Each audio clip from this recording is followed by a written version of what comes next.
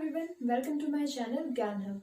आज मैं आपको करवाने जा रही हूँ क्लास 6 साइंस का chapter 3 fibre to fabric. Fibre, what is a fibre? सबसे पहले हमारा क्वेश्चन यही आता है, fibre is the smallest thread of a cloth. मान लीजिए आपके पास एक कॉटन का कपड़ा है। सबसे पहले हम 6th क्लास में जो एग्जांपल लेते हैं वो लेते हैं किसी भी कॉटन क्लॉथ का।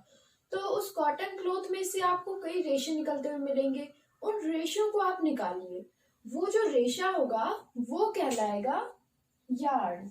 और उस यार्न को भी अगर आप बहुत ही छोटे छोटे रेशों में बांटेंगे तो वो जो सबसे छोटे रेशे होते हैं उन्हें कहा जाता है फैब्रिक।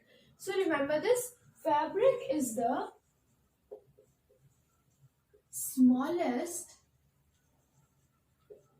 Unit of cloth. हमें पता चल गया, fibre is the smallest unit of a cloth. See, हम एक फाइबर से यार्न कैसे बनाते हैं? यार्न क्या होता है? यार्न एक नया वर्ड है हमारे लिए।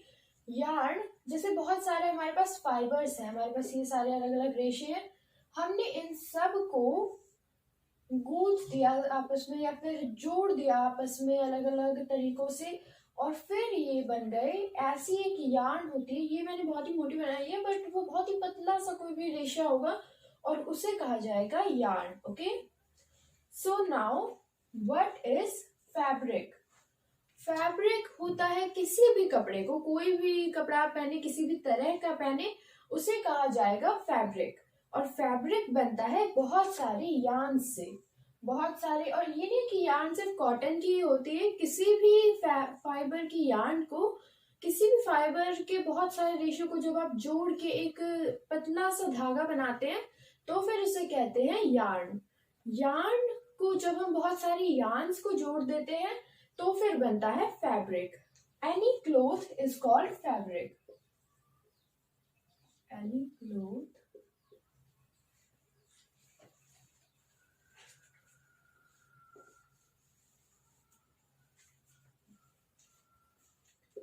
is called fabric. So हमें ये पता चल गया। नेक्स्ट है टाइप ऑफ फाइबर। हमें ये पता चल गया कि फाइबर क्या होता है, यार्न क्या होता है, फैब्रिक क्या होता है। बट इस चैप्टर में हम पढ़ने जा रहे हैं मेनली फाइबर्स के बारे में।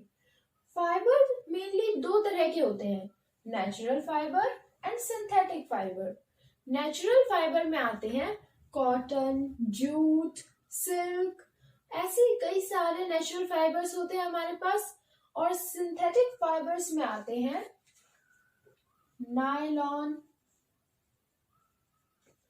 रेयॉन, ये सारे आते हैं सिंथेटिक फाइबर में। आपको इन दोनों के दो दो एग्जांपल याद करने हैं, वो काफी रहेंगे। ओके, सी, सिंथेटिक फाइबर्स उन फाइबर्स को कहा जाता है जो कि मैन मेड होते हैं, ह्यूमन मेड होते हैं, फैक्ट्रीज में बनाए जाते हैं। और नेचुरल फाइबर होते हैं जो कि हमें नेचर के द्वारा मिले हुए हैं, जैसे कि कॉटन।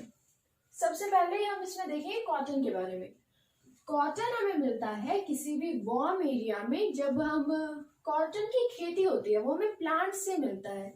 सो किसी भी गर्म एरिया में जब हम कोई कॉटन का प्लांट लगाते हैं, और वो भी काली मिट्टी की जरूरत होती है, इट्स अ कंपल्शन कि कॉटन जिस मिट्टी पर उगाया जाएगा वो एक ब्लैक सॉइल होनी चाहिए। सो किसी भी वार्म एरिया और ब्लैक सॉइल पे जब हम कॉटन का प्लांट लगाते हैं तो फिर हमें कॉटन मिलता है।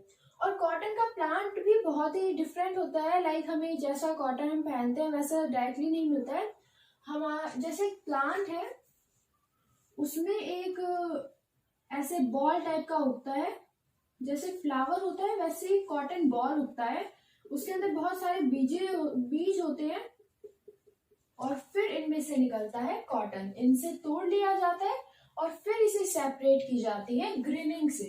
सी, आपको ये याद रखना है कि कॉटन को कैसे सेपरेट किया जाता है। सी, कॉटन को सेपरेट करने का भी डिफरेंट तरीका होता है।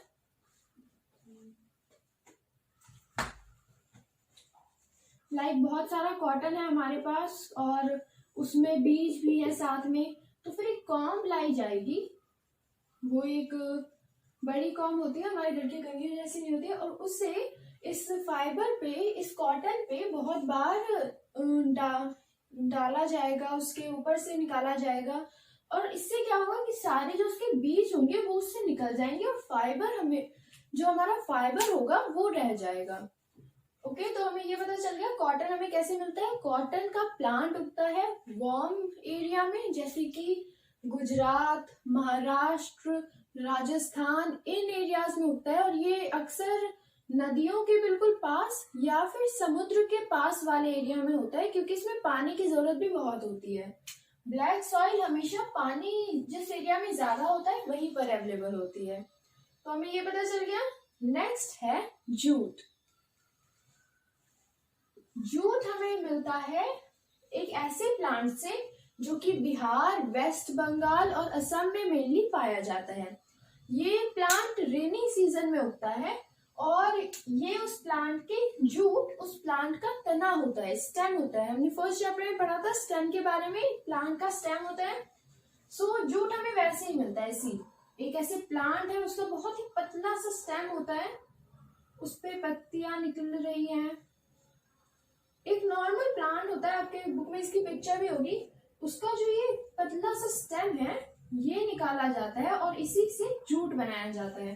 पहले इससे यार्न बनाया जाता है, यार्न हमने पढ़ा अभी, और उसी यार्न से बनाया जाता है फैब्रिक। ओके, सी जो जूट होता है वो अक्सर जब पानी से बहुत ज्यादा भीग जाता है तभी ये अलग किया जाता है, और ये हमेशा हैंड से अलग किया जाता है, इसके लिए कोई मशीन नहीं होती है। इसका प्रोडक्शन बिहार और वेस्ट बंगाल में मेनली होता है। Okay, next is wool. ये दोनों जो है कॉटन और जूट, ये प्लांट्स नेचुरल फाइबर है। Natural fibres which are gained by plants are cotton and jute. और भी बहुत सारे हैं, बट हम मेनली इन्हीं दोनों के बारे में पढ़ते हैं। आगे हम दूसरे फैब्रिक्स के बारे में भी पढ़ेंगे, but right now we will study this. Next है animal made fibre, animal synthetic fibre. See जो the fibers which are synthesized by animals, which are given by animals, are called animal synthesized fiber. See, हमें ये animal से मिलते हैं। वुल मिलता है हमें किसी भी एनिमल के हेयर्स से। किसी भी एनिमल का बाल है, जैसे कि वुल हो, जैसे हमें वुल मिलता है भेड़ों से। भेड़ों की जो वुल होती है, ऊपर के बाल होते हैं, वो हम निकालते हैं। जैसे कि एक भेड़ है, उसके ऊपर बहुत सारी वुल होती है उसके शरीर के ऊपर, तो इसे शेव कर दिया जाता है और फिर इससे बनती है। ये सिर्फ ये गोट से भी बनती है, सिर्फ जरूरी नहीं है कि शीप से ही मिले हमें, ये हमें गोट से भी मिलती है, और भी कई एनिमल्स के हेयर्स से वुल बनाई जाती है। ओके, वुल के लिए याक भी यूज किया जाता है, याक के हेयर्स भी यूज किए जाते हैं। नेक्स्ट है सिल्क। सी सिल्क हमें मिलता है एक टाइप के इंसेक्ट से। हम सबने इसके बारे में पढ़ा हुआ कभी ना कभी। एक इंसेक्ट होता है जो कि जिसे हम हिंदी में रेशम का कीड़ा कहते हैं, और इंग्लिश में हम कहते हैं इसे सिल्क वॉर्म। ये कीड़ा जो होता है ये जब थोड़ा मैच्योर होता है तो फिर ये कुकून बन जाता है। ऐसे ही कुकून बन जाता है, हमने अपने घर के आसपास में देखा हुआ है। ऐसे ही इसका शेप होता है, ये पेड़ों पे लटका होता है, और फिर जब ये थोड़ा बड़ा होता है और तो फिर इसके कुकून जो है ये इससे अलग हो जाता है और उसी से बनता है सिल्क। ये जो कुकून का जो ऊपर का रेशा होता है यही सिल्क होता है, और इसकी डिमांड बहुत ज्यादा है, आप सबको पता होगा। ये चाइना और इंडिया में ज्यादा फेमस है हमेशा से। सो इसके बारे में आगे हम डिटेल में पढ़ेंगे, सिल्क रूट्स के बारे में। So this is how we got our natural. Now we will study about fiber to yarn. See, हमने ये पढ़ लिया कि फाइबर क्या होते हैं, और हमने ये भी पढ़ लिया कि यार्न क्या होते हैं, बट फाइबर से यार्न बनते कैसे हैं। सी फाइबर से यार्न बनने का हम इसमें बस एक ही एग्जाम्पल पढ़ेंगे, कॉटन का। अभी हमारी 6th क्लास की बुक में कॉटन का ही एग्जाम्पल है, बाकी फैब्रिक्स के बारे में ज्यादा जानकारी नहीं दी गई है। तो अभी हम कॉटन के बारे में पढ़ेंगे। कॉटन यार्न बनाने के लिए स्पिनिंग का यूज किया जाता है।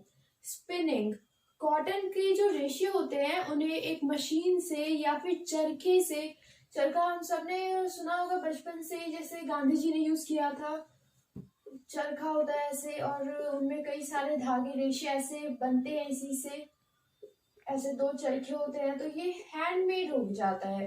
पुराने टाइम में, एशियंट टाइम में इंडिया में बहुत ज्यादा चरखे यूज किए जाते थे, but then with time machines आ गई और ब्रिटेन के मशीन से जो कॉटन बन के आने लगा इंडिया में, वो सस्ता भी होता था और वो इंडियन कॉटन के मुकाबले हल्का होता था वेट में, क्योंकि इंडिया में जो कॉटन बनता था वो बनता था खादी। खादी का नाम हम सबने सुना है, इंडियन रेवोल्यूशन में बहुत ही इंपॉर्टेंट रोल था खादी का। खादी पहनना एक नेशनैलिटी मानी जाती थी कि अपने देश के प्रति प्रेम हमारे देश में माना जाता था जब लोग उस टाइम पे खादी पहनते थे।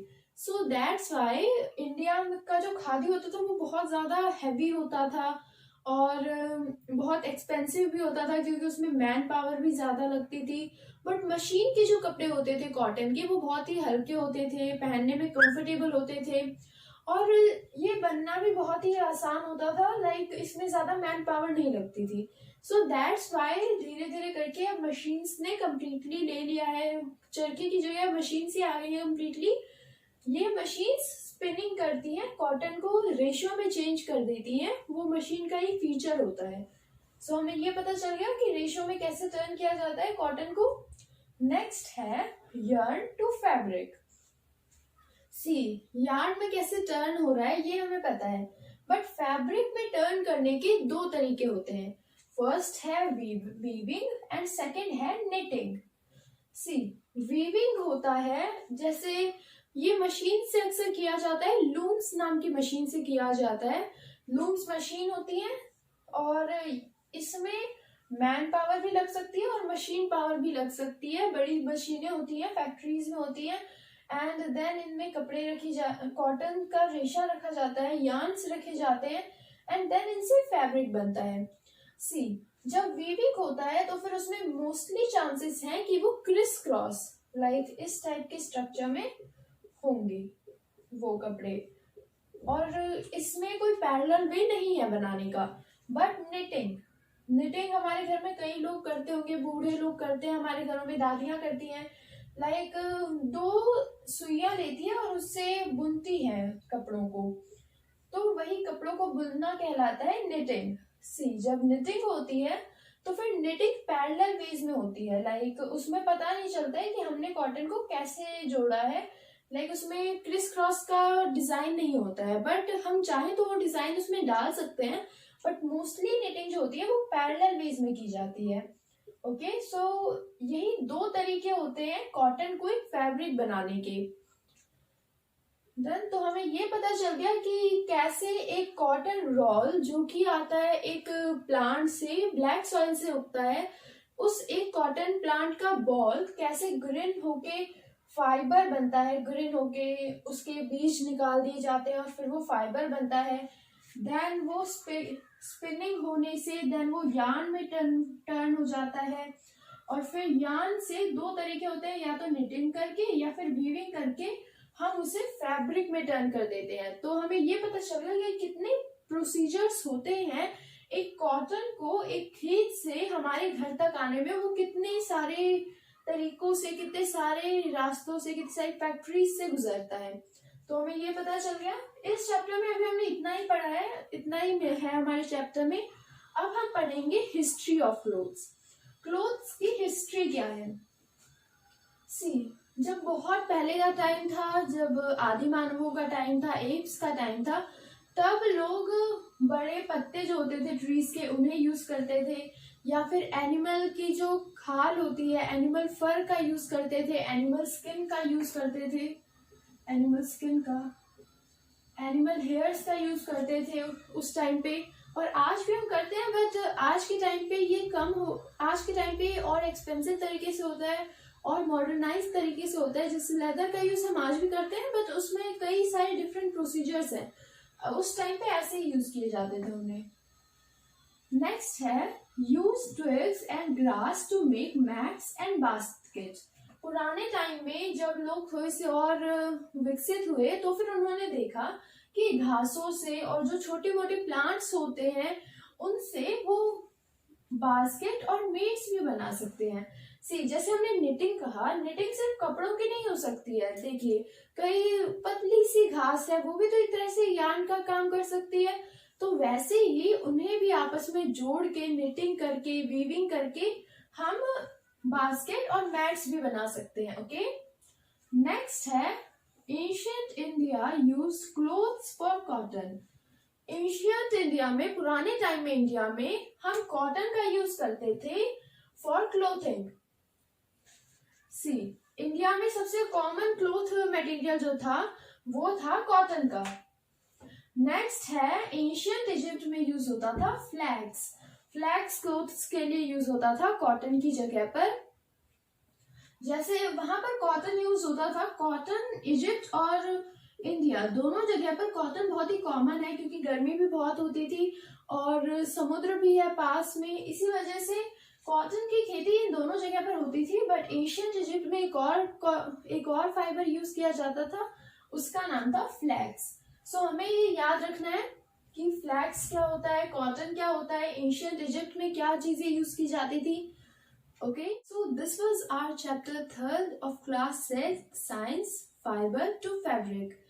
If you liked the video and found it helpful, please like it, share it with your friends, and please subscribe the channel. And comment any queries in the comment section. I will definitely reply them. Thank you so much.